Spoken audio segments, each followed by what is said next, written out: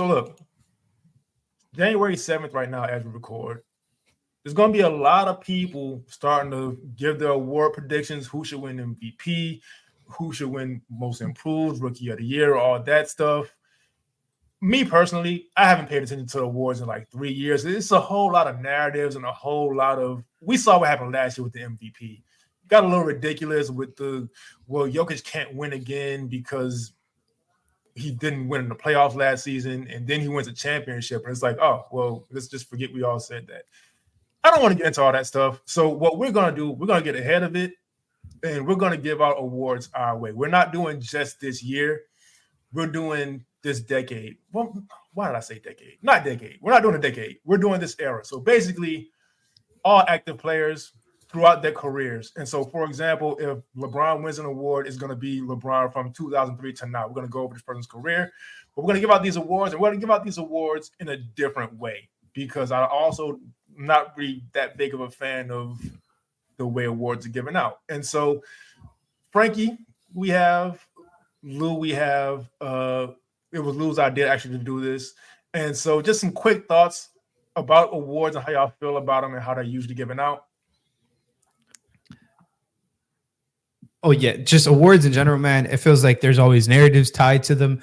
Voters fatigue becomes a thing. People start, like the first year that they're given the award, it's all like kind of like stat based and stuff like that. And then a narrative based. But then the next year, if they do the same thing, it doesn't matter because they didn't get better technically.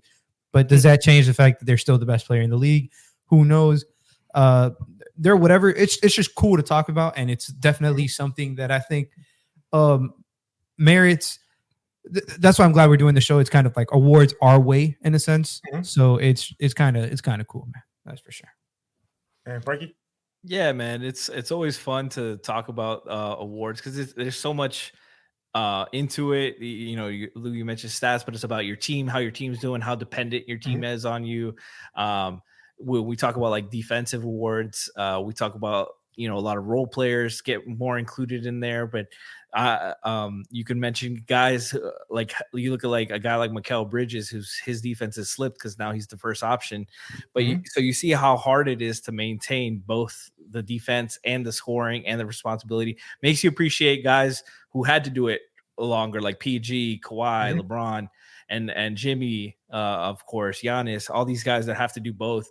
So it's there's a lot of factors that goes into it. It's a lot of fun to discuss, and I think everybody has good points. Well, most of the time, we sometimes we get deep in the weeds on Twitter and NBA talk, but like I think you can discuss a lot of different perspectives, and I think everybody for the most part has good points. And we do have one more caveat to these awards we're giving out, because a lot of times guys get snubbed and we kind of leave guys out on certain things. So what we're doing, and I'm going to give credit where it's due. This is Frankie's idea. We're going to all have a different player. So if, for example, if Lou goes first and he chooses a player I wanted, I have to choose somebody else. We're going to go ahead, man. We're going to show these players a lot of love because it's real trendy to like be real negative on players. And this guy, he's averaging 30, but he had 14 tonight. He's terrible. Get him out the league. We don't want to be that show. We don't. So that's what it's going to be tonight. Awards, different players from each of us. Let's just go ahead and get into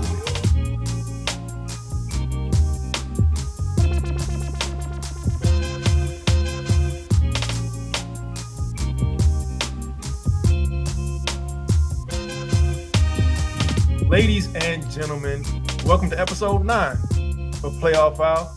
We've been getting a lot of love lately, so we want to, first of all, appreciate y'all for that. You know what I mean? Shout out to Iman coming on last episode, talking about OG Anunoby and the Raptors and all that stuff. And so once again, I got Frankie G with me. Frankie, how you doing?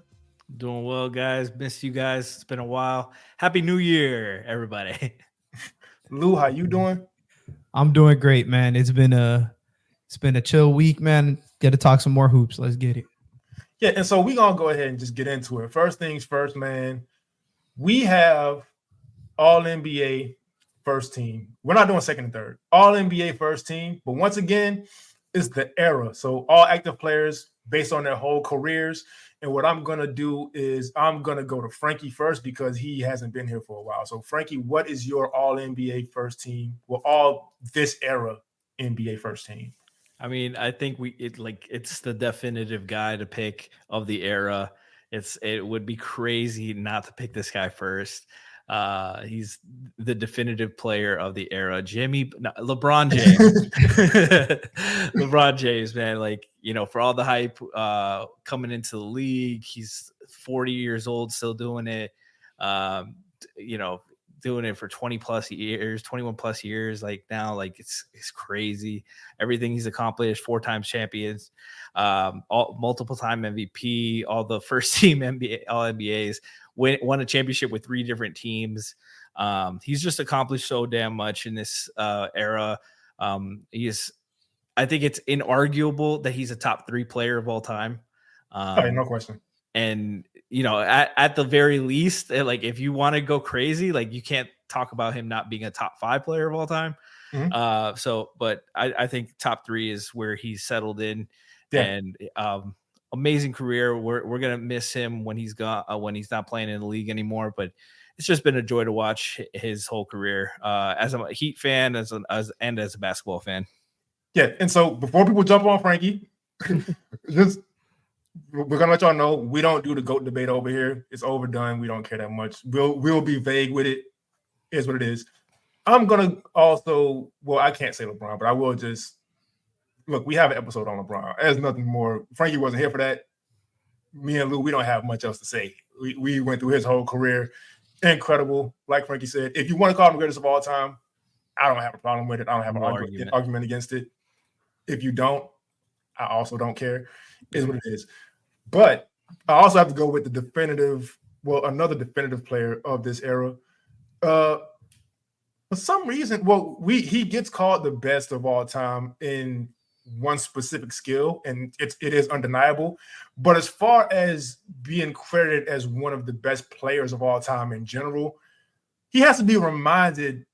Well, people have to be reminded of him a lot, maybe because of the coast he plays on. But I mean, it's obvious from the beginning of all this. It's Steph Curry. Now, and I've said this before.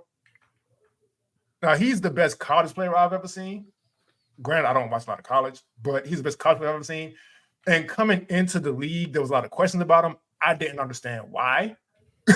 Because even with him being this quote-unquote undersized shooting guard, with somebody that skilled scoring the ball, it's difficult to miss on him. They'd have to be injured or something like that. I don't care how slow he is. I don't care how small he is. And I mean, look, greatest 3-point shooter of all time. Clearly, that's no debate. Just racking up every time he makes a 3, he sets a new record. And it's just like off the dribble. It's not just a shooting. He's an underrated rebounder. He's improved defensively over the years. He does some of everything. He only gets credit for the shooting, but he does some of everything. He's been doing some of everything for a very long time. And so I'm going to give him the credit because, look, they play late games for a lot of us. I'm on Central Time now. I moved to Dallas from Miami last year, the year before last. And so I understand him being left out if you're just not seeing him. But, man, you got to give that dude the credit he deserves. So I'm going with Steph Curry. No, there's no discussing those first 2 guys that you guys selected, obviously. Revolutionized the game of basketball. So, and I'm going to go with somebody who, I don't know if revolutionize is the right word, but I do think he is, he's in the debate for one of the best scorers ever, point blank period. And it's got to be Kevin Durant. It's got to be KD. You can hate him for what he did. Shit, I don't think it was right either, but that's just my opinion. But you can't deny, you can't let that hate fog your mind when you watch this man play basketball. He is literally like a my-generated player. Like he shouldn't do with the things that he does. Multiple time champion, just an all-around scorer, like a walking bucket. He is, like, everything he does. And he's improved as well in facets of his games, whether that's been rebounding, playmaking, swapping roles, getting accustomed to playing with different people. He's moved around a lot, so he's had to kind of mold his game around others sometimes. And there's not much more that needs to be said. It was unfair that two of these players were on the same team for a period of time.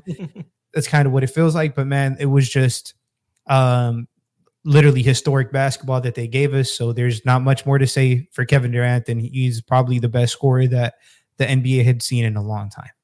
So you know what? I'm expounding on your initial point about whether or not Kevin Durant revolutionized the game. Look, he's a very polarizing player, very hated for going to Golden State. I'm in the minority of not really caring that much, but I also understand it. But as far as him revolutionizing the game, we do have to look at it.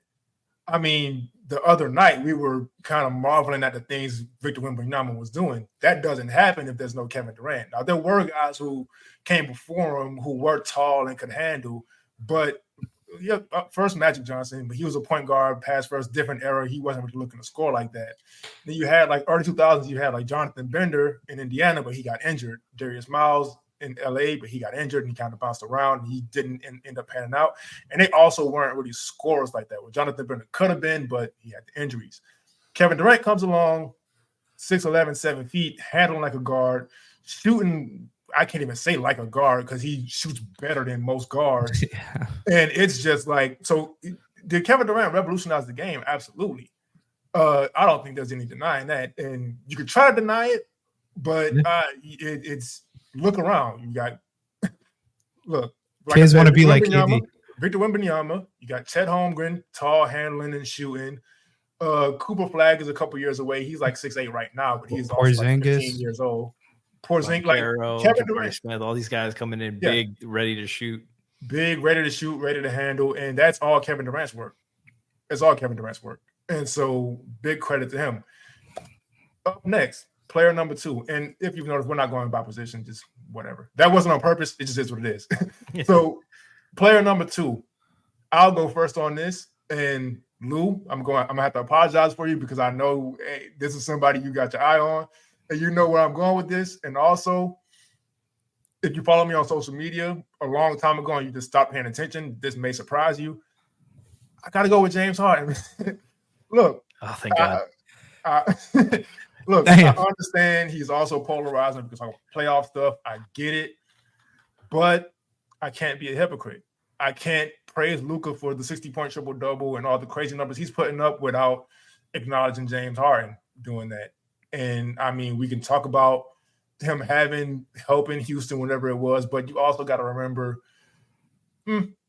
not really. Chris Paul, great player, right?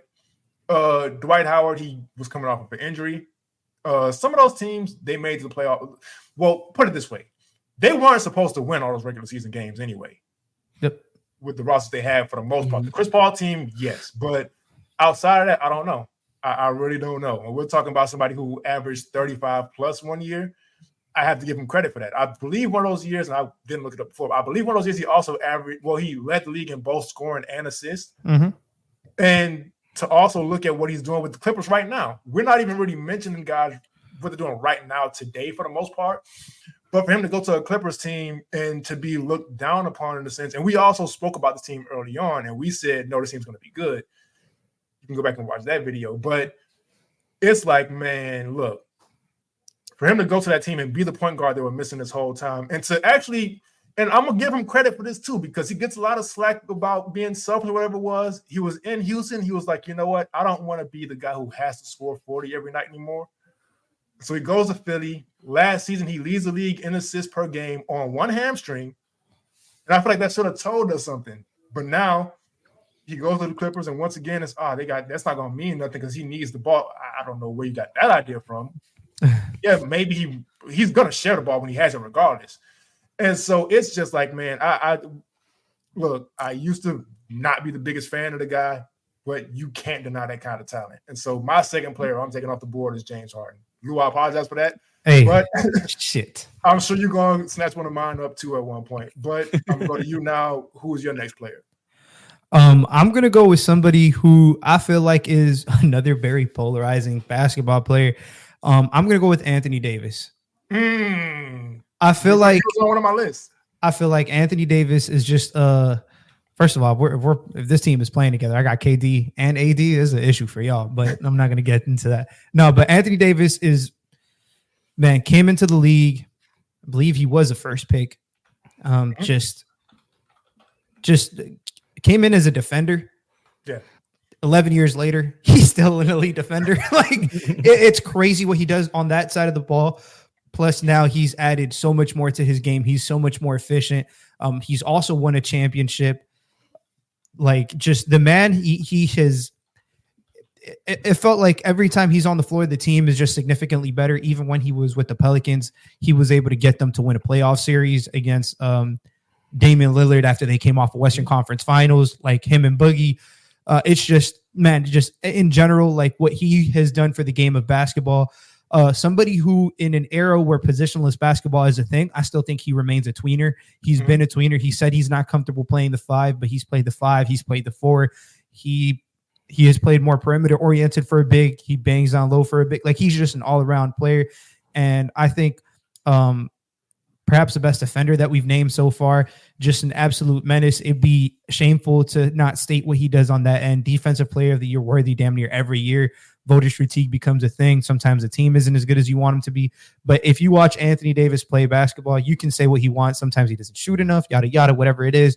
But defensively, he is an absolute menace every game. One of the most versatile bigs. He can just execute any coverage, and he has for 11 years. I'd be remiss not to talk about him as one of the best players of this era. All right. Frankie, who you got next?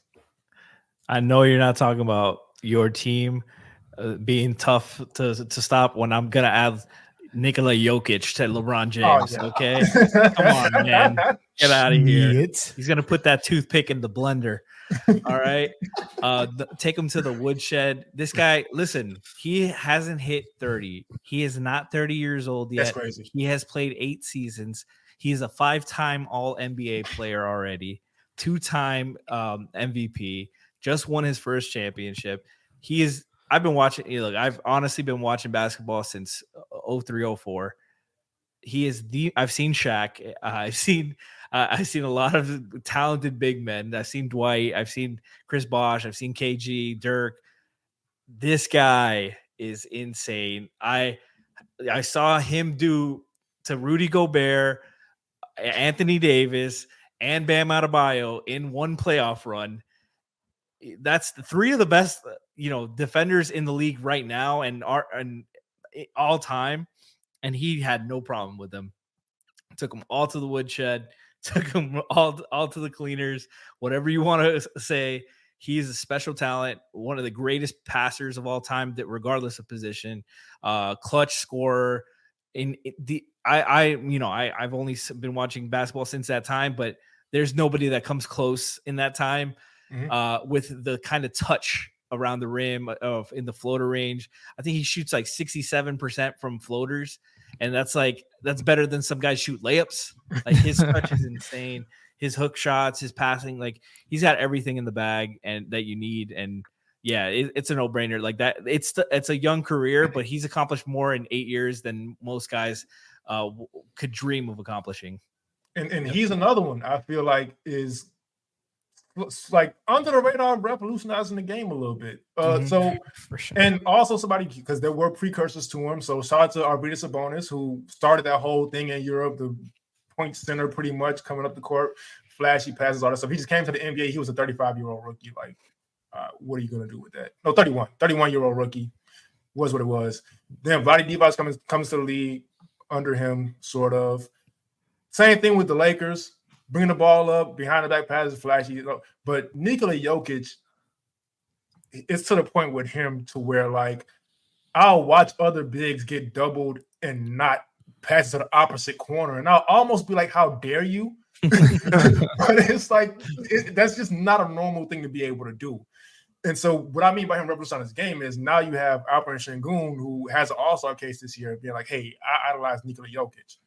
And I'm sure there's going to be other guys who come in, and it's going to start to be, because teams are still on their small ball 5 kind of play make kick a little bit, but I feel like there's going to come a time where the Nikola Jokic type player, at least type, because you're not going to be him, but I feel like that's going to kind of be the next wave in the NBA after the whole KD Wemby thing. But I got my next pick, and look, I understand. I told his teammate last time, It's fine. I understand injuries exist. That's cool. But there was a point in time, and you can deny it if you want, but I remember there was a point in time where Kawhi Leonard could have been considered the best player in the NBA. And we saw it firsthand as Heat fans in 2014 finals. I hated what I saw as a Heat fan, but I loved what I saw as a basketball fan. It's just like you have this. So my favorite thing about defenders is not being able to take them out of any kind of scheme. Wherever you put Kawhi Leonard on the floor, he's shutting you down. And I understand it's not the same as it was before the injuries, but he's still ridiculous on that end. And then to add the scoring the way he has, as fast as he did, to be able to shoot as well as he does with hands as big as he has is absurd, because that's just not supposed to happen. The athleticism is, I don't want to call him athletic, but it's a little, it's not athleticism, it's strength. Just being able to play this bully ball type style and also have that type of reliable jumper, and to just be able to do all this stuff and to be a flawless NBA player, which like even the most versatile players, a lot of times, like they'll have one thing, like maybe you could point at free throws, or maybe you could point at, maybe they're just small. And you get Kawhi Leonard has no weaknesses aside from health. And that's a ridiculous thing to like. It's crazy, and to be like on that high of a level on all these skills, I just couldn't pass him up. I had to go with Kawhi Leonard on this one. No argument. Man is a machine. Like aside from health, like you said, he is a literal machine. Like even what you're seeing him now, what he's doing this year, and how he's like how they've made that team work. It's been crazy. And so, Lou, I'm gonna go ahead. I'm gonna get the next pick off you. Oh man, please don't say what. I get the first pick next round, right? Because my bad. I haven't had the first. Look, man, I haven't had the first pick, so I don't want to hear. We'll go Lou next round, because goddamn, I'm taking Giannis Antetokounmpo. God damn it, man! Look, if y'all had a score against this team, I don't know what y'all gonna do, man. Giannis, man, we got to talk about him, man. He's been special. He's been probably, I guess. I don't know if this is kind of like hot takey, but I mean, my name is Saucy Takes. It is what it is. Giannis is this era's version of Shaquille O'Neal. You know what he's good at, and you still can't stop him. He's not the best shooter, and it does not matter. It literally doesn't matter. Somebody to be that big, that strong, it's astonishing what he does. And then defensively, him as just like when he plays like the free safety role defensively, has won a defensive player of the year. I think he should have at least. And it's just been he's won 2 or 3, I think 2 or 3. Man, he's been special. Like I said, during this era, he's been special. Has a championship now under his belt with a historic closeout game, dropping 50. And it was just everything he's done. Wasn't a highly touted player, yada yada, none of that stuff. Came into the league as a mid-teen pick, developed his way into what he is today, hard worker, and just a menace. He's won an MVP before. Probably should still be. He's been in contention, it seems like, damn near every year for the last 5-6 years. He's been in discussions, and rightfully so, along with Defensive Player of the Year discussions, which just tells you how much he is as a player. And all this while not being an efficient jump shooter or whatever, or even a free throw shooter, which is even more mind-boggling to me. So it's just, I don't know how you guys are going to match up with my KD, Giannis, and AD. I got 3 damn near 7-footers who just, hey, man, good luck, man. I'm trying, Jokic. I'm trying. You finally put some muscle on that team. All right, Frankie. Oh man, I could go a couple ways with this. I think if we're trying to build the best team, I'd probably go with a different guy. But I think like overall for what he's accomplished, he's this tier. He's like right below this tier of guys we've just picked. I got to go with Chris Paul. I have the most cerebral team in basketball history. That is a fact. I've got the most incredible passing team. All 3 of my guys are extremely plus passers. But Chris, for all the jokes and the memes and stuff, that guy's a dog. That guy's a dog. The only thing that's held him back is, a lot of injuries. But, he's pulled teams that probably shouldn't have won as much as they did. you can talk about those Clippers teams that he led and couldn't overcome the Warriors and OKC. I'm sorry, he's not as good as Kevin Durant. I'm sorry, he's not as good as Steph Curry. Like those conversations. He had Doc Rivers and those and no bench, but so tough to watch before the injuries when he was still in New Orleans. The speed, the quickness, all defense selections, the steals per game, just pickpocketing, getting around screens, playing the passing lanes, live dribble, didn't matter. One of the filthiest mid-range shooters of all time, pick and roll players of all time. He got Tyson Chandler paid multiple times. You just give him a lob threat and he'll make it work. Just one of my favorite players to watch, and I'm glad. I'm very fortunate I got to watch him his whole career. And I could expound on that, but look, man, like anybody who's heard pretty much any previous episode knows how much I love point guards. I don't have to say anything about Chris Paul, especially New Orleans Chris Paul. Like he should have an MVP from his stint down there, but we ain't gonna get into that right now. But Preach. I was going by position, right? And then y'all teams are getting a little too good. And then Lou also. I did say Lou's gonna take one of my picks. He took my main guy. I was trying to. I was hoping to get Giannis this one too. Good pick with Giannis. But I'm gonna go kind of off the wall on my last pick. So on my next pick, I gotta just go with. And once again, I have a history of not being a fan of this player, but you can't deny talent, you can't deny skill, and you can't deny. And this word is gonna give it away a little bit. You can't deny dominance. And so I got to go ahead. I got to take that big man from Philly. I got to go ahead. I got to go with Joel Embiid. I have to. I hate the flopping. I will. Look, I'm not excusing that. Yeah. So don't be mad at me for that. I'm disgusted by the flopping. He's too big for that. But he's just such a great player. It's just like he's unstoppable. Flat out. He's unstoppable. He's bringing the post game back, the mid-range. He's able to knock threes down. Is passing now? Yeah, he's gotten better with passing. He's not as it's not as simple as just double Embiid and you can win. Like he's taking advantage of that now. Finally, and I don't even know if we have to talk about the interior defense. Mm-hmm. And so I'm gonna there's not much to say. The reigning MVP in real life. Once again, I'm not going to discredit him for that because the conversation got weird last year, and so I ignored it. But he won it, and I can't deny him deserving it. So. Hey, I got to go with Embiid here. Lou, he said it was supposed to be you next. So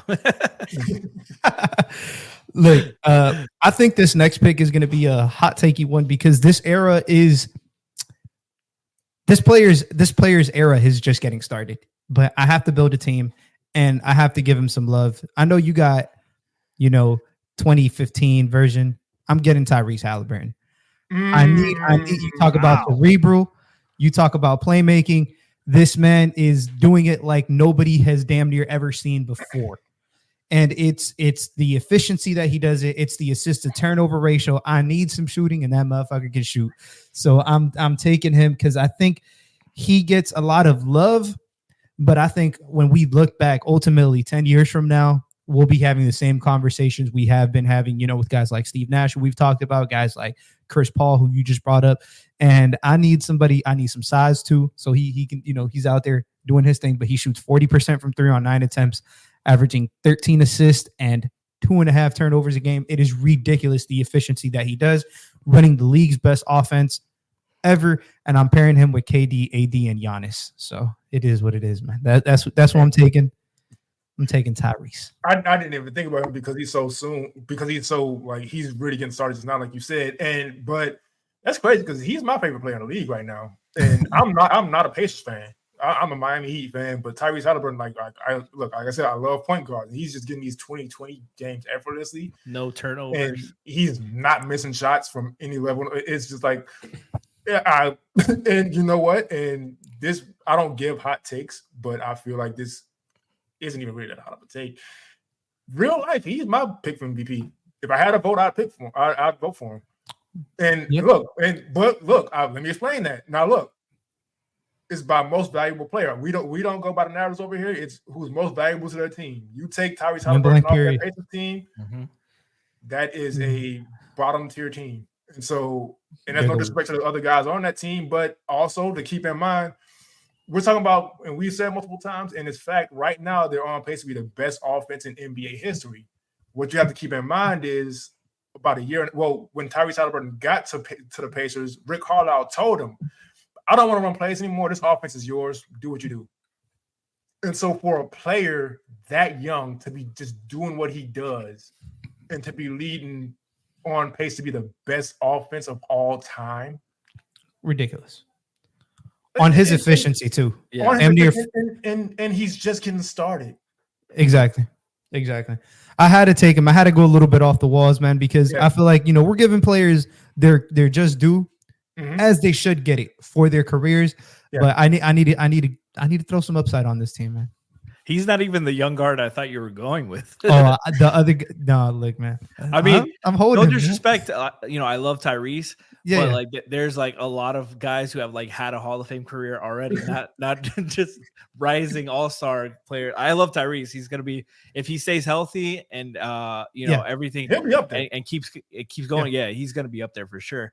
But I'm very surprised. I love Tyrese. He's one of my favorite players in the league too. Great name pick. Saucy Takes, man. Got to throw a curveball. Come on. You know what? I feel comfortable going last this round. I still haven't gone this round. Go ahead. Your team's too cerebral, man. You got 3 people with the brain of a starting 5 alone. Don't worry. You know what I'm gonna add to this team? You know what this team needs? I got LeBron James. I got Chris Paul and Nikola Jokic. I need a pristine hairline. Paul George. Give me Paul George. I love that Hall pick, of Fame man. career. I think Kenny, you talked about KD and like his influence to the league and like young players and stuff. But I think we've really underrated how much Paul George means to the younger generation. Like his shoes are one of the more popular shoes to hoop in. A lot of players coming up are looking up to him and idolizing him because he's that 6'8" guy that can shoot. It's not easy to say. It's not easy to be 7 feet, even for the NBA players to look up to KD. But there's a lot of NBA players who are 6'8" and 6'7" and can play like PG, can aspire to be that, and realistically accomplish closer to that than Kevin Durant.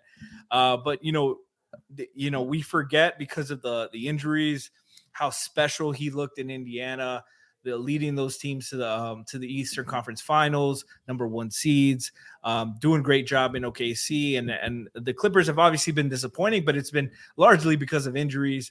The talent's always been there. The defense has been special from the beginning. I remember him.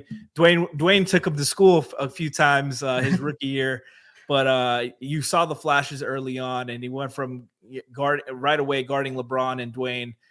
Getting the toughest assignments, still a special player.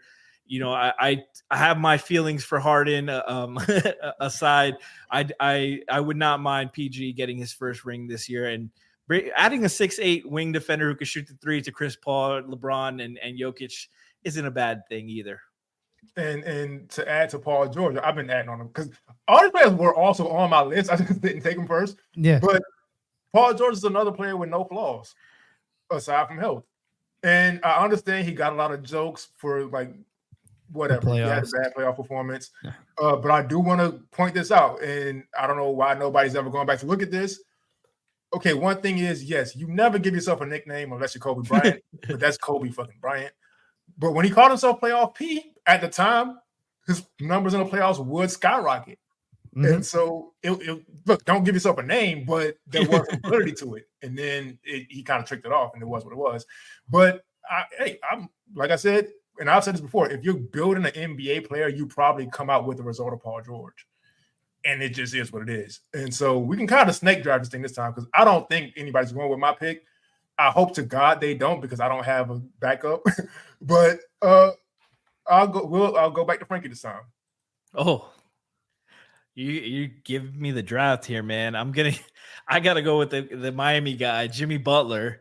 Probably it's amazing how he's still supremely underrated. leading his teams to the finals. Defensively, like a nightmare as a help defender, and he's pairing him with PG and LeBron on the perimeter. Whoo, boy, bring me Kevin Durant. No, but he's just such a smart defender. Him and Kawhi are both underrated because they're great defenders, but they don't foul. They have more steals than fouls in their career, and that's a crazy statistic. Jimmy's an unbelievable help defender at the nail. He used to be an extremely good on-ball defender in his prime, and he's transitioned into more of an off-ball defender, and he's still really good on the ball. But defensively, he's a nightmare. He moves the ball well, cutter, mid-range, super clutch. Like his teams always do better with him on the court, no matter how he looks. He's just an amazing player to watch. And playoff Jimmy is the real thing. Like you put him in a competitive environment, he's ready to go. And yeah, he's just an unbelievable Hall of Famer. That I still think to the masses he's gonna be underrated when his career's said and done. Just because of if he isn't able to win a ring.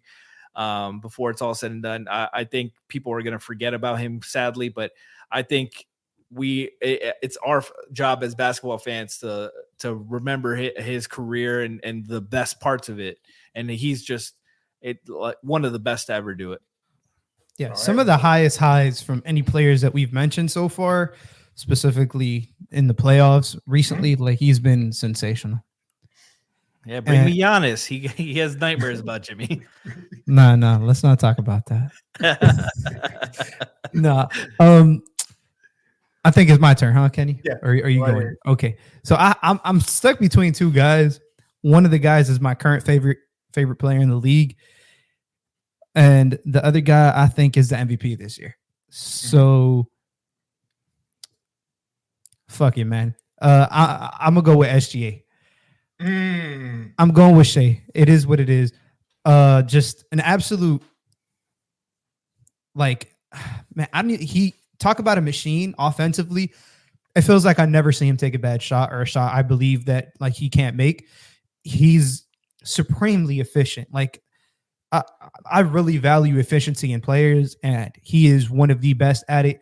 He's still crazy young, leads the league in steals, has for almost 2 consecutive years. So it's not like the defense is an aspect that's, horrendous. Obviously, steals don't make a player good or bad defensively, but he's one of the best players in deflections. He guards up, guards down. He can guard point guards. He can guard 2s and 3s too because he's like 6'6". But it's just truly his control of, it feels like everything on the court, from the 3-point line to just being one of the best, if not the best driver in all of basketball currently, specifically if we're going, by size. Just ridiculous. And his efficiency in the mid-range, his ability to get to the free throw line, his ability to make him pay when he gets to the free throw line. I'd be remiss not to talk about him. I think he is my personal opinion, I think he deserves MVP this year. I know we're not even talking about that yet, but it's just he's been that good. The reason OKC's rebuild has gone somewhat remotely what people thought it should be, because if it's something that gets overlooked. Rebuilds aren't, OKC is this isn't one off. Like, there's teams that have been rebuilding for years, like the Pistons. Like, shit happens. Like, but the difference is they got themselves an SGA, and it just fast forwarded their entire rebuild. Obviously, they've been drafting good aside from him, but just him alone, like, you can just tell the impact that he's had on that team, and the impact is, It put him up there from like 2 years ago being like the laughing stock of the league to like currently being damn near the favorites to win the West. Like, it's ridiculous. So SGA is rounding out my team. And real quick, you talk about the OKC rebuild. They turned Serge Ibaka into SGA. Because they turned Serge Ibaka. They traded Serge Ibaka for Oladipo. They traded Oladipo for PG, and they traded PG for SGA. That is crazy. That's how you move on to the next era. And they got 4 or 5 picks with SGA to go with that. Yeah. Just crazy, fantastic building. And OKC is one of the funnest teams to watch. SGA. Sure. I would not argue SGA as MVP either. Now look, you're gonna have to hear me out on this one. Oh, here we go. No. I'm not doing that. No, I'm kidding. No, I'm not doing that. So remember, now I have James Harden on my team, right? I have Joel Embiid. Those are kind of crazy personalities, right? We're off the wall. Uh-oh. You know where I'm going with this. I think I know where you're going with this. He's just But- gonna have an all maniac team. That's what it No, sounds like. but remember, one of the criteria I chose on this is the impact they had on this era. And I feel like this player's impact kind of goes underrated because his teammate also changed the game on the other end of the floor. No, I And know also, it I is. need some help on defense. So, y'all gonna have to hear me out because I'm explaining it. I got to go with Draymond Green. I needed a 4. I got to go with Draymond Green. Now, remember, first of all, I'm we're not talking about mad whole about it. career. So about whole career. At one point, Draymond Green, especially 2015, he was knocking threes down, all kinds of stuff. But here's why the main reason I picked him is impact on the era. It goes underrated. Now, there's a few things you got to keep in mind. So Steph Curry comes into the league. Yeah, he has the injury issues, but also it's like I mentioned before, he comes in, he's sort of a tweener. They don't know what to do with him because, yeah, he's a point guard size, but he's more of a scorer. And he also at the time doesn't really defend well, all these things, whatever. But when Steve Kerr comes in, he empowers Draymond Green. Now that takes the pressure off of Steph because Draymond can run the offense, right? So now Steph can come off his actions, all this stuff. And on the defensive end, we know what Draymond is. And so while Steph Curry was changing the game on offense with the shooting, Draymond Green made it to where now you can't play a big really because he's out there, he's guarding up, he's switching everything, he's blowing up every action. And so if I'm going to have James Harden on my team, I got to have a defender like that. And so I couldn't go with Bam just yet because not That's yet. fine. That's Not completely yet. fine. So I had to go with No Draymond argument. because he was knocking the threes down at the time, like I said. I love the And pick, so look, I'm not mad at it at all. and I'm more upset with Lou's picks. and it's look, it's not a hot take. It just doesn't get mentioned as much as it's supposed to. Like I said, while Steph Curry was changing the game on offense, Draymond Green was changing the game on defense. And to this day, if you can't go out and guard the perimeter, you have trouble staying on the floor. And that's all Draymond Green's work. And so I got to go with Draymond to round it out. And so what we're going to do now, because we didn't go by position, we're going to just kind of give a quick recap on our teams. So my lineup is Steph Curry at the point, James Harden at the 2, Kawhi Leonard at the 3, Draymond Green at the 4, Joel Embiid at the 5. that's a squad right there. That's a squad right there. I got Embiid. If we need to go to the post, I got Embiid. He can also run some stuff with Steph. Draymond can run the offense at times. Harden can run the offense at times. You can switch off and get Harden on you, but you're gonna have some trouble with Draymond lurking around wherever it is, and you also can't just post James Harden up. Steph Curry's an underrated defender, and also just the space it's gonna create with Embiid in the post. And I wish I could have got Jokic. That would have been dangerous, but with Embiid in the post and Steph out at the logo, it's just like it'll be tough to deal with. Now I don't know if it's going to beat anybody's team because my power forward is not a superstar, but it's what it is. So sometimes you don't need a superstar. And so, Hey, Frankie, man. you give a quick recap on your team. Real quick, Draymond's a 4-time All-Star, 4-time champ, 8-time All-Defense, a boy. Like that's he's got a resume. His name is associated with some crazy stuff, and I understand. First ballot Hall of Famer. I now understand like the backpack meme with the jumper, and like he doesn't shoot the ball anymore, but he's a Hall of Famer, whether you like it or not. I love that Kenny surrounded Harden and Embiid with Steph and Kawhi, just in case they needed that level. that choke is supported. the steady support. Yeah. Go ahead with your team, Frank. My team, I got CP3 at the 1. I got Jimmy Butler at the 2, PG at the 3, LeBron at the 4, and Nikola Jokic at the 5. My team could pass. Everybody is a plus passer on this team. 3 of them are 3 of the best passers to ever do it. Can hit you from the mid-range, inside. We can run the offense through like 4 or 5 to all 5 of these guys, really. Yeah. But we still got everybody besides Jokic was a really great defender, all defense level defender. And Jokic isn't that bad. He's a big body. He's hard to get around. Yeah. And you got enough to cover him in the meantime, and versatile because you got 2013 LeBron James out there in the perimeter, can guard 1 through 5. Hey, no argument for me. Two very stacked teams. I think my team is the underdog, but it's fine. That's how we like to roll, man. I got Halliburton at the 1, SGA at the 2, KD at the 3, Giannis at the 4, AD at the 5. Still stacked. Yeah, I think it's a new era team, which is kind of what I was going for. I think first of all, I think the 3 people that have played the longest on my team, it doesn't matter what era they fucking play in, they're all dogs. But I think the Halliburton, SGA, I think they can both play in any era too, but I'm just saying, like, it's quicker pace. I got the spacing I need. Everybody can shoot aside from Giannis, and even then, it doesn't matter if he can't shoot because the whole league knows he can't shoot, and he still gets 15 free throws. Shooting sometimes is overvalued in some of these aspects. Talk about headiness. I got Hallie running the show, man. I got AD anchoring the defense along with Giannis on the weak side, so it doesn't really matter. And I got SGA flying off. Yeah, and Kate, I got length. I got size, I got skill.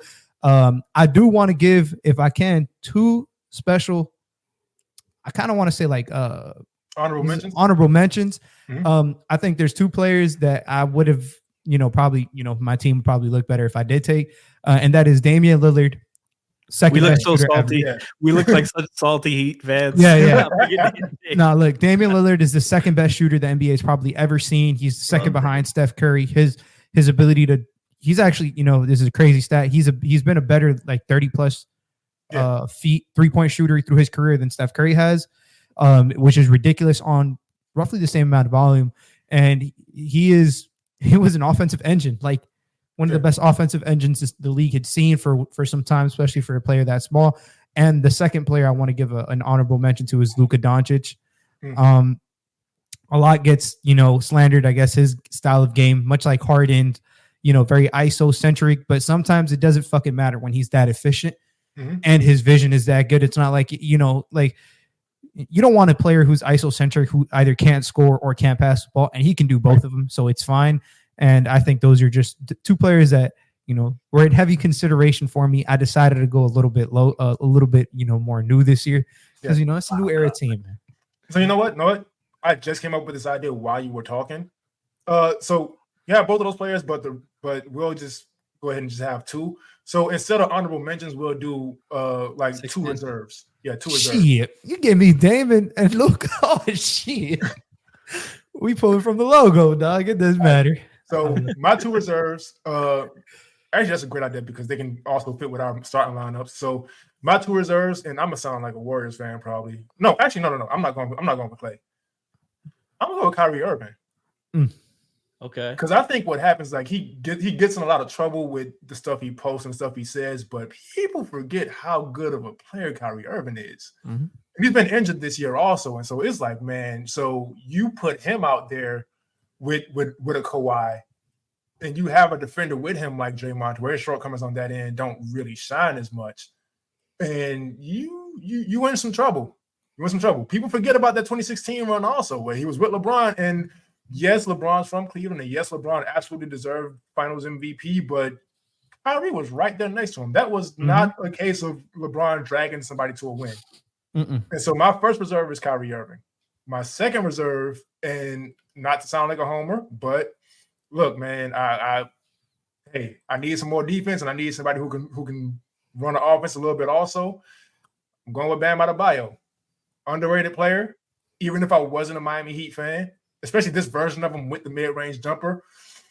Also, just still being able to switch. You know what I mean? So if Joel Embiid is kind of taken advantage of on the perimeter, sub him out. No disrespect, but sub him out, put Bam in, and now you're in some real trouble. Because now Steph can't really be picked on anyway, but you have to try to do that because, well, you will got the James Harden most likely. But you're putting the best defender arguably in the league in the game, and he can also run the offense. You also have not Duncan Robinson, who's been incredible. You have coming off these dribble handoff combo. You have dribble handoff with Bam Adebayo and Steph Curry, and you can do this from the logo. And you have the most dangerous shooter of all time and one of the most dangerous rollers in the league starting that pick and roll out of the logo. And so, if your screen navigation or you're not in a like, you can't be in the drop. you're stuck either way. Like no matter what, you are stuck. So my reserves are going to be Kyrie Irving and Bam Adebayo. And so Frankie, who are your two reserves? You guys got some great picks. I was gonna say Dame and Luka were my honorable mentions. Before Lou took them from me, I'm gonna give this guy a shout out because I'm not gonna pick him, and I think we would get heat if we didn't even mention this guy. But Russell Westbrook, for sure, a Hall of Fame player. Brody. Not my favorite player, but I've actually since I forgot what year it was, but the year PG was in OKC with him. That was the year I started really loving how he was playing, and he wasn't. It didn't feel like he was chasing the stats as much from that period on. He was still getting the stats, but it was more like it felt more of an impact in the game and winning. And I liked it. I appreciated him a lot more. And like even my personal feelings aside, he's a Hall of Fame player, no doubt. For sure, MVP, triple double machine. Like he's fun to watch. One of the craziest motors I've ever seen. Man. That guy had like 1% all-time athleticism and would go 100% all the damn time. Appreciate watching him. My top two though, reserve guys. I'm gonna stay with some versatility. I like the size. Jason Tatum, first team All-NBA guy to already led his team to the finals one year. Unfortunately, got stopped by Steph Curry, but I feel like he's just kind of still scratching the surface of what he could be. And I've loved him since I started watching him at I think it was the under 18 Team USA, first time I saw Jason Tatum play. And he's just really special talent. MVP cases every year, first team All-NBA cases every year. One of the best teams, scorers, leaders. He's developing as a passer, really great off-ball defender. And unfortunately he plays for the Celtics, so I can't root for him like I want to, but he's an awesome player. And then another guy that I love watching him play, and I've loved his growth, especially since the bubble year, Devin Booker. Just a fucking dog in the mid-range. It's such an improved playmaker that from a guy who was strictly a scorer and could make a play, could make some reads, to a guy who can legitimately run offense through, set his teammates up, make the defense bend at his will on the ball. Much improved defender too. His efforts improved so much, and he's a 6'6" guy with strength and quickness. I'll still joke on him for that for the pickup double team stuff, but that makes him better. That makes him better. And watching him make his way to the finals in 2021 was a lot of fun. Fortunately, couldn't get it done, but I think he's still got a lot of great career left, and I think he's an easy pick for me personally. So I do want to make a quick point, right? Because you mentioned this player. So Russell Westbrook is the reason why I don't judge players on what they can't do. I judge players based on what they're asked to do and how well they match up to that. And so with Russell Westbrook, what I mean by that is you can talk about the turnovers, you can talk about him missing shots, not being the most efficient at times, but I look at players' complete games also. And so whatever possessions he gives up, he's going to get you right back. Because it's not every day that a point guard is averaging double-digit rebounds. I understand. Steven Adams gave him some of those rebounds. Fine. But we talked about his motor. Most of those rebounds, regardless of whatever icing he may have put on the cake or may not have, he was still getting after it on the boards. He was still getting after it. And it's also just not his teammates' job to stop him from getting rebounds. And so if there's nobody on the opposing team back there and Steven Adams just lets one go, then whatever, who cares? It should be on your scouting report to keep this guy off the glass anyway. And so that just is what it is. And so, like I said, he may give the ball over with a turnover, or he may take an ill-advised shot because his motor's so high that he may just go a little too fast and make a bad decision. But he's going to get you the ball right back and then some. And so he honestly just slipped my mind. No, he was right here on my list. I should have just said him as my reserve. Kyrie. But so credit to Russell Westbrook. He gets a lot of hate, and I don't really understand why. Yeah. Shout out to Russ Game 5 in the 2012 finals. Oh, man.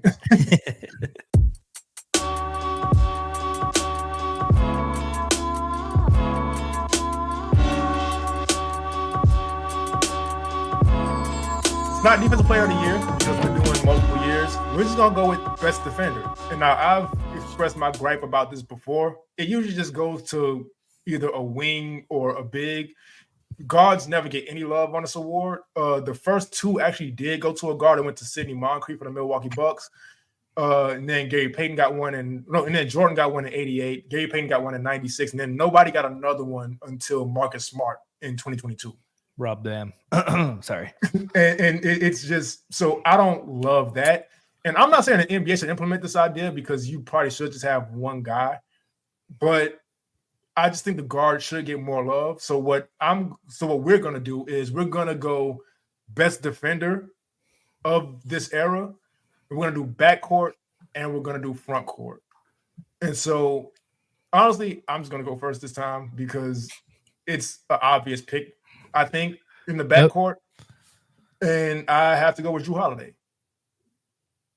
He's just been, you know what? You can't call Jrue Holiday underrated anymore because everybody calls him underrated and that no longer makes him underrated.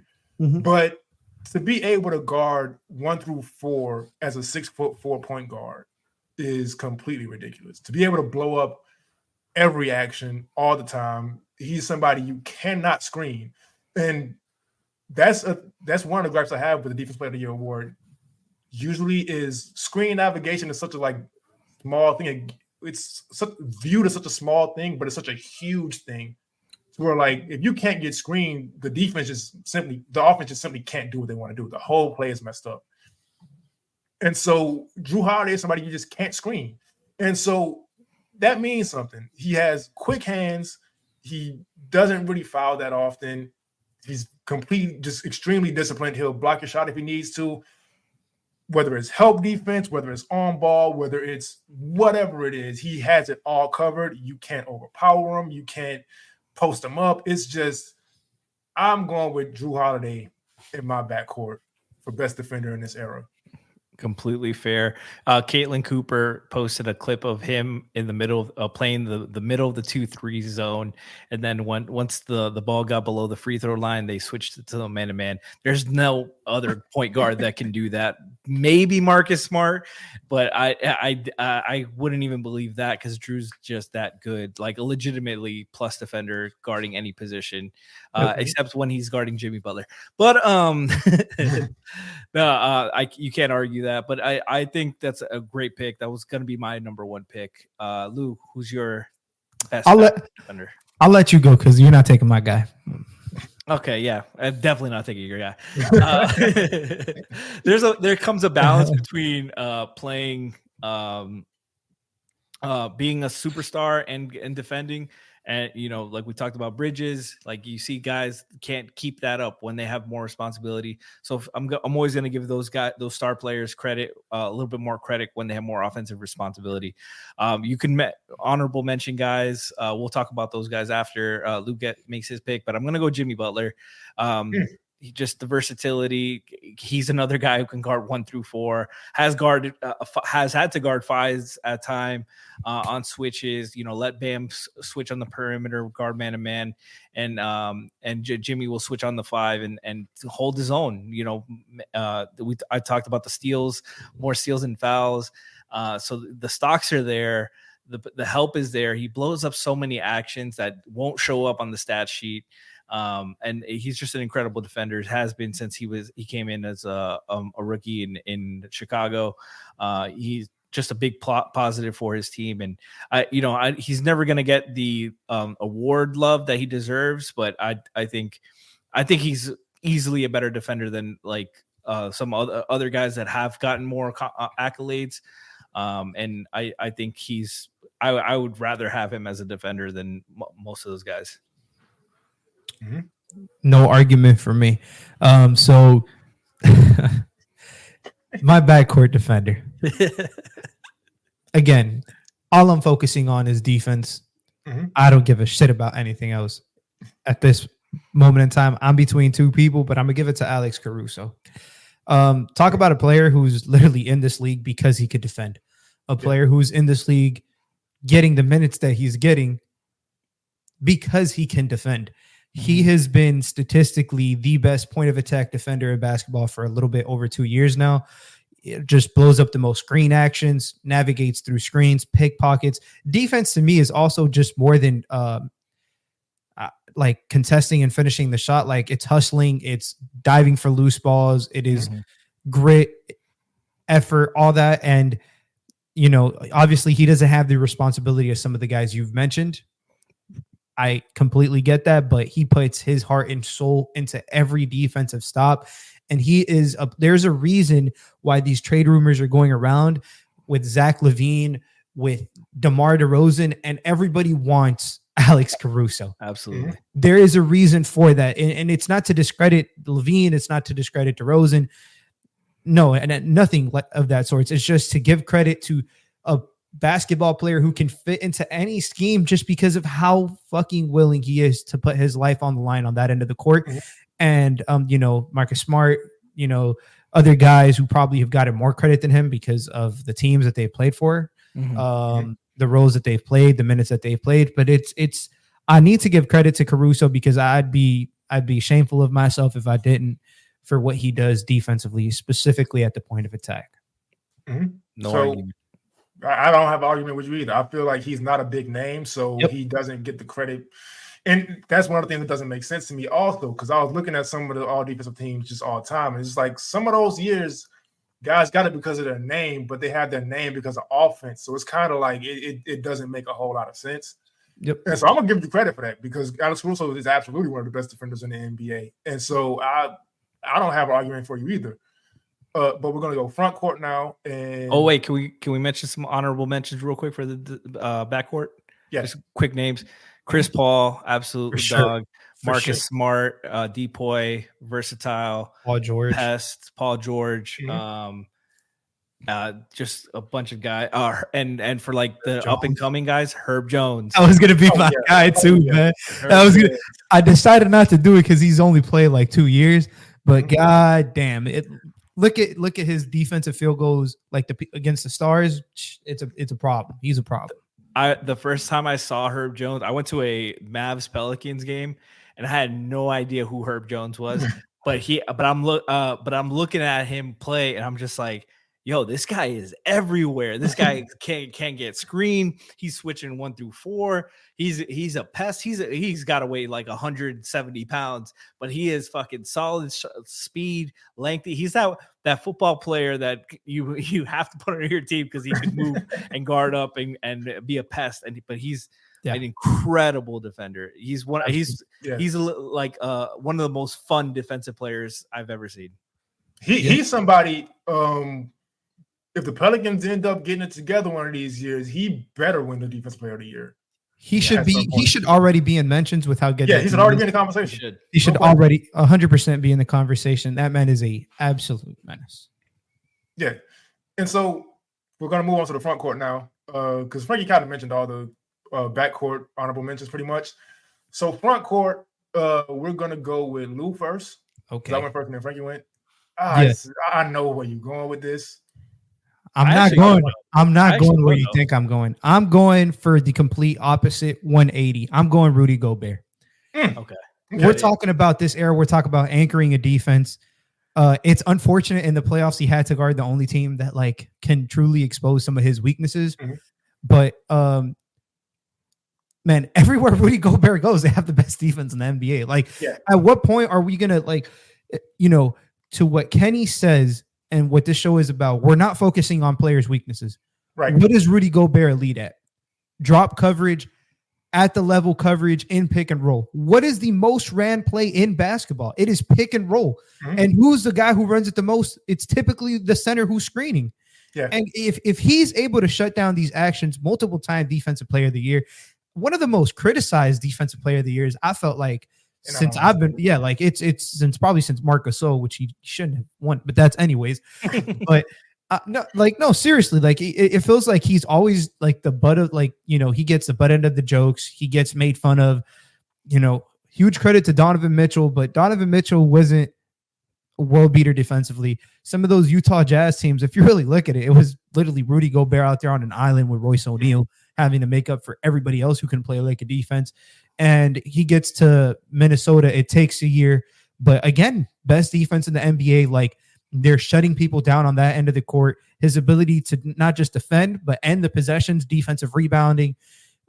It's huge. He's literally a presence. There's a difference between a rim protector and a paint protector, because you could be a good rim protector but not know how to guard the paint to save your life, aka Hassan Whiteside, or you can be a lead at both, and that is what Rudy Gobert is.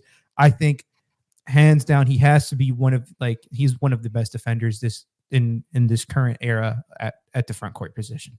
Yeah, and you said it best with Rudy Gobert. Defense is a team concept. For sure. And so, yeah, like if you have this one great defender and nobody else around him can defend, he's going to look a lot worse.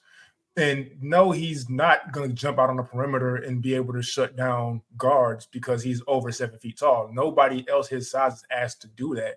Exactly. Well, and so it's about team building in that sense. And so now he's in Minnesota and you have guys who can defend around him. And we see now he can be in the coverages he needs to be in. And we're seeing the impact it's making. The Minnesota Timberwolves are one of the best players, one of the best teams in the league. The Minnesota Timberwolves are one of the best teams in the league. The only difference is Rudy Gobert was Rudy Gobert. And one very last thing I want to state, because I'm a huge Donovan Mitchell fan. He was one of my favorite guys I've seen in the draft. So I would watch the Utah games a lot when they were in the playoffs. He got made fun of because he wasn't really guarding the perimeter. A lot wasn't made on, like, the guys in the perimeter were getting blown by and he was providing help at the rim and they weren't rotating to the corner or rotating out. Right. Like defense is a team concept. Like, one guy doesn't entirely make your defense, but in his case, he has kind of done that where he's been. And, it's not to discredit the players around him defensively, but you're going to make fun of him when he's out there on the perimeter because somebody didn't rotate correctly and he's trying to close out and keep his feet against, Steph Curry's and James Harden. We just talked about these guys being one of the best players of their generation offensively. Of course he's going to look bad. Yeah. Come on. No, absolutely. Shout out Rudy. And you mentioned Hassan. So we know as Heat fans what fake rim protection looks like. For sure. And chasing blocks, getting out of position. And Rudy is a great positional defender, being a, Roy Hibbert was probably the first guy to make the verticality famous and stuff. And Rudy's perfected it. The Stifle Tower inside. He doesn't need to get blocks either. Just alter shots. He's such a one of the craziest wingspans and standing reaches. And he's just a menace defensively. Yeah, and so we talked about, being able to take guys for what they are and what coverages they can be in, right? And Frankie, I'm sorry, I got to do it. I got to go home. I got to go with Bam Adebayo. Just not going to argue. Go ahead. Look, man. So there's a story of Bam's pre-draft workout, and for people who don't remember, Bam Adebayo was not supposed to get drafted as high as he did, but he worked out for the Heat. And the story he tells, and the story that I've also heard before he told it, is they tested him out and they had him guarding bigs, they had him guarding wings. It was like, okay, cool, you can do that. And they tested him out and they had him go out there and defend a guard. And his verbal response to Pat Riley's face was, "You got me fucked up." And needless to say, the Miami Heat drafted him a lot earlier than they were supposed to, quote unquote. And he's come out, and another example of why I don't care about awards. This is somebody who can genuinely guard 1 through 5. And not only guard 1 through 5, shut down 1 through 5. I've seen him have Kyrie Irving's field goal percentage look like a tour date. I've seen him do that to his rookie year. The first moment that really stood out was him jumping out on the perimeter and locking Steph Curry down. Yep. And he's not being asked to guard people who can't score. He's not being asked to guard people who are a little slow. He's asking to be guard. He's being asked to guard the best players in the NBA, whether they're point guard, shooting guard, small forward, center, whatever it is. And he used to have some trouble with bigger players, and that's not really the case anymore as much, aside from Nikola Jokic, who doesn't have trouble. The only exception to the rule. The only exception. Joel Embiid used to give him problems. That's not the case anymore. We can talk about Joel having injuries last year, but we saw before. We mentioned Giannis and how incredible of a player he is. And he has trouble against Bam every playoffs. Whether he got injured or not last season, that's not the first time they matched up. Mm-hmm. And so and it's to a point now where I know like he's gotten too good offensively to be considered a defensive player of the year because he's just not going to get the votes. And so look, he's deserved about 2 already. Yep. And so he's going to be my pick because it's just like if I'm not a Miami Heat fan, I consider him the best defensive player in the NBA. Completely fair. No argument. Like no, Bam's versatility. He's showing he could do it in a drop and not just a switch guy. You talked about that Embiid series when Embiid came back injured, and Embiid was doing work because they were switching him on, and they were like, and Bam was like, "No, I'm gonna stay home. And Embiid didn't do much else that rest of that series. Can't argue that. I wasn't. You know what was crazy? I wasn't even considering Bam. That is, I 100% thought you was gonna choose him. No, I thought you were gonna go with this guy first. And I guess the honorable mention guy is going to be forgotten, but I'm going to go Draymond, just the quarterback of 4 finals, championship teams, a couple other conference champions, Depoy. He's got that. He's got the first team all defense, can switch, can play at the level, can drop, can guard, guards, can mess with. He's one of the only guys that can really mess with Jokic, and has really like stifled him and bothered him. And even still, like Jokic is just fucking incredible. But Dre is just the IQ. I think we forget about that, how important that is in part of defense. Just knowing coverages, knowing tendencies, knowing where to be. Knowing play calls, knowing where, we talk a lot of has been made about LeBron, calling guys, other teams plays out, telling players where they're supposed to be on the other team. Mm-hmm. Dre's that same kind of like IQ there. I know Dre could make any defensive team better, and I'm not afraid to say he's been the second most important players in that dynasty. You can mention KD, but he wasn't part of half of them, so I can't say that. Yeah. And Clay has had too many no-shows for me. So Dre, just incredible defender. And then honorable mention. I'm surprised this guy's still on the board. Kawhi, just I was gonna say him as honorable mention. When like the play. The fucking play that I remember most about Kawhi Leonard's defense isn't even a play where you could see him on the court. It's in the finals when LeBron's at the free throw line and Kawhi checks in the game. LeBron turns back and goes, "Oh, fuck." Crazy. That's the kind of defender he was. And that was like 21-year-old Kawhi Leonard guarding arguably the best version of LeBron James on both ends of the court. And just bothering him that much that he didn't want to see him on the court. Depoy, steals, blocks, guy. He's so good that he would guard a star player and teams started just sending him to the corner, so he won't be involved in the action. They'll say, all right, we'll play 4-on-4 here and we'll try to figure it out. That is an all-time defender. Yeah. I'm gonna have one honorable mention. I think we picked first of all, I think the people we've stated like have, rightfully so, they've earned their spot. And my honorable mention is gonna be I have to give credit to this player, even though this era of his is just beginning, because he's a rookie.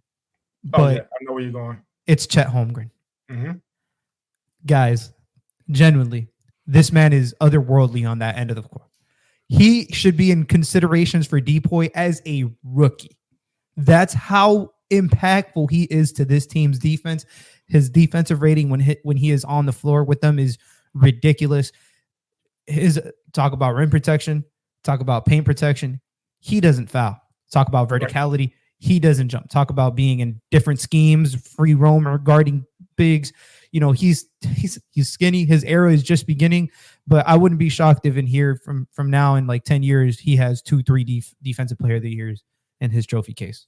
So. Yeah, definitely. My honorable mention, we spoke about him a lot already, but it has to be honest. I feel like if we haven't chosen him already, it's just, again, you probably don't want him on ball, even though he's not a bad on ball defender, but off ball, you just don't want him anywhere near you. And so it's to a point where the best thing you can do, and the thing teams do, is look, we'll just deal with him on the ball. We'll just whoever he's guarding, just screen for me. Let's bring him over here so we can get something going somewhere else. Like, I'm not gonna try to score. Let's just get him, put him in the way to get him out the way in some sense. And so we can't just not mention Giannis as far as defense goes. And so, and honestly, that's just gonna move us into our next segment. Hold on. We can't forget a couple other guys. We have to just mention their names. LeBron, Anthony Davis, Wemby, if you're talking next generation. These guys are all special players. Like, we have to mention them. At least PG, and I consider more of a 3 than a 2. Brook Lopez. Fantastic. Oh yeah, Brook Lopez. Brook Lopez has the resurgence of Brook Lopez. Yeah, just the morph of a back to the basket, a no defense player to a legitimate DPOY finalist. What a career! Like, one of the reasons Giannis is able to do what he does. Yeah, exactly. Schematically, he's able to guard his ass on the back doors. Exactly, 100%. I just wanted to mention those guys. Sure. Jaren Jackson, of course, we got to mention him too. Already a DPOY, young player. But yeah, there's a lot of great defensive talent in the NBA already. Yeah, 100%. And in the future, we're gonna end up mentioning All-Star Thompson on here. We also got to mention him, but that team is just like we can't give him that right now, unfortunately.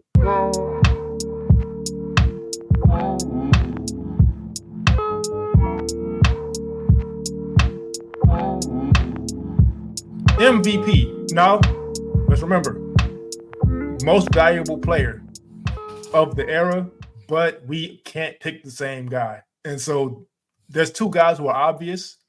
One of us just can't pick them. And so we have to go somewhere else. And that's just what it is. Kenny gets last. Yeah, I get last time. So, but I already got my guy anyway, because I knew that was going to happen. So we'll just go. Honestly, we've been rotating around. I think Frank went first last time. So yeah, Lou first. MVP of this era, LeBron James. Yeah. Like, what are we doing here, man? He carried the torch from the MJ basketball brand to literally having one of the most prolific careers in terms of longevity, in terms of production, in terms of carrying the brand of basketball and making it, because MVP is not just what he's done on the court. Like, he leads the league in points, points accounted for. Like, just ridiculous. Like, he leads just about only player with like 35, 10 and 10, like ridiculous player, 35, 8 and 8, like ridiculous player. His stats say everything. But in terms of impact on basketball, just second to probably none of this era for sure. Maybe all time. Who knows? Him and MJ's impacts, Magic Johnson as well. Obviously, these level of impacts from these players aren't seen. It's just crazy with even all the pressure that he was given. He was still even able to surpass that. So MVP of this era, LeBron James. He's the 101 of this era for sure. So really easy. It's obvious, but just go ahead and say it. If it's not LeBron, it's got to be Steph. I mean, he's changed the game of basketball with his 3-point shooting, just how much of the game of basketball has become about 3-point shooting, using that as leverage to get rim possessions. I still feel he is underrated and like, because he's not that pick and roll, pull it guy. He gets so much of his off the ball. You talk about unselfish teammates, like, it's Dwayne Wade for wanting LeBron and Chris Bosh to come here and let's win. People aren't going to remember that. They're going to say it's the easy way. But Steph also took a backseat to KD. Come here. Come. We want to win. This is going to make my life easier. Let's go do it. This is about winning. This is about winning for me. And, it's him and LeBron. That the winners are him and LeBron. And it was Iguodala too. But bring me Steph Curry, 4-time champ. multiple-time MVP, unanimous MVP, one of the greatest to ever do it. One of the most fun players to watch get it going. I think his impact off the court, like Lou mentioned, like you see kids shooting from way too far, and it's just, you know, he's one of the most fun players to watch, and I think that's why so many young kids and even adults like want to watch him play, and he's just an incredible talent, and we're all fortunate to have gotten to see him play his whole career. Yeah, and so there's a little bit of suspense here on my pick, but not really, but also sort of. And so, I guess. Yes. I got to go with Giannis, and I think this is an important point to make. And I'm surprised we didn't get to this point as far as Giannis goes yet. Well, we didn't expound on it fully. I feel like what happens with Giannis a lot of times is, I wouldn't say he gets underrated, but he gets a little undermined because, like Lou mentioned, he doesn't shoot the ball. In the free throws, he has issues with. And I used to look at the game that way, but a little before they won a championship, I had to really take a step back and look at the end of the day, it's about impact on what you do on the floor and how much it helps your team win. And it doesn't really matter how you get it. It's whether you get it or not. And so, okay, he doesn't shoot threes. He's still unstoppable. And you also can't score on him. And it's to a point where he's so elite on both of those ends to where he can just will his team to a win with these things. And also, we mentioned Russell Westbrook's motor, but you put Russell Westbrook's motor into a 6'11", however many pound specimen, and it's just this otherworldly thing that you can't really even explain. And so it's just like, I understand. And look, I couldn't pick LeBron. I couldn't pick Steph. But the next best thing I would have to say is Giannis. And I could have gone KD. And I will have to be honest with this, even though I have no issue with the Warriors move, but it kind of takes him out of it in a sense. I can't really just call him most valuable when they already had something going. And he hasn't had much luck outside of that spot. The Suns are struggling right now. The Nets didn't work out. And so I couldn't bring myself to say Kevin Durant for those reasons. Yep. Not necessarily the Golden State thing, but what's been going on afterwards and just how those situations haven't worked.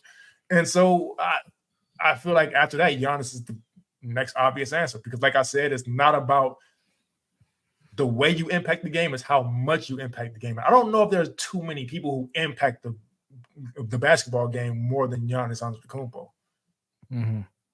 Absolutely fair. There's a lot of, KD is obviously one guy you can mention. There's a Jokic, one of the guys. Harden. No, but Jokic, there's a lot of guys we talked about already. But there's definitely a tiers when it comes to like the MVP of the era. And the hard thing about it is that Steph and Bron, for the most part, have already gone through their whole careers. KD as well. Yeah. The high primes, the high MVP years. They can still compete for championships, but they're pretty much done winning MVPs. Like it's Giannis, it's Jokic, it's Embiid right now. And Giannis is not a bad pick at all. Jokic, I think Jokic, he's probably got next for a while. I mean, he won it already, but he's probably got a hold on this league as long as him and his teammates are healthy. Yeah, the only reason I didn't pick Jokic is because of how much Giannis impacts the defensive end. Also, I couldn't ignore that. Completely fair. I couldn't ignore it.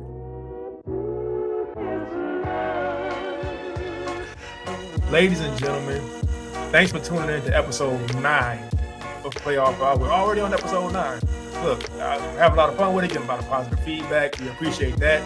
Make sure you give us more of it, though, so you can help us with algorithms and all that stuff. Please. My social media is, I'm on Twitter, or if you want to call it X, you can. KennySpenceNBA. Frankie, give your socials real quick.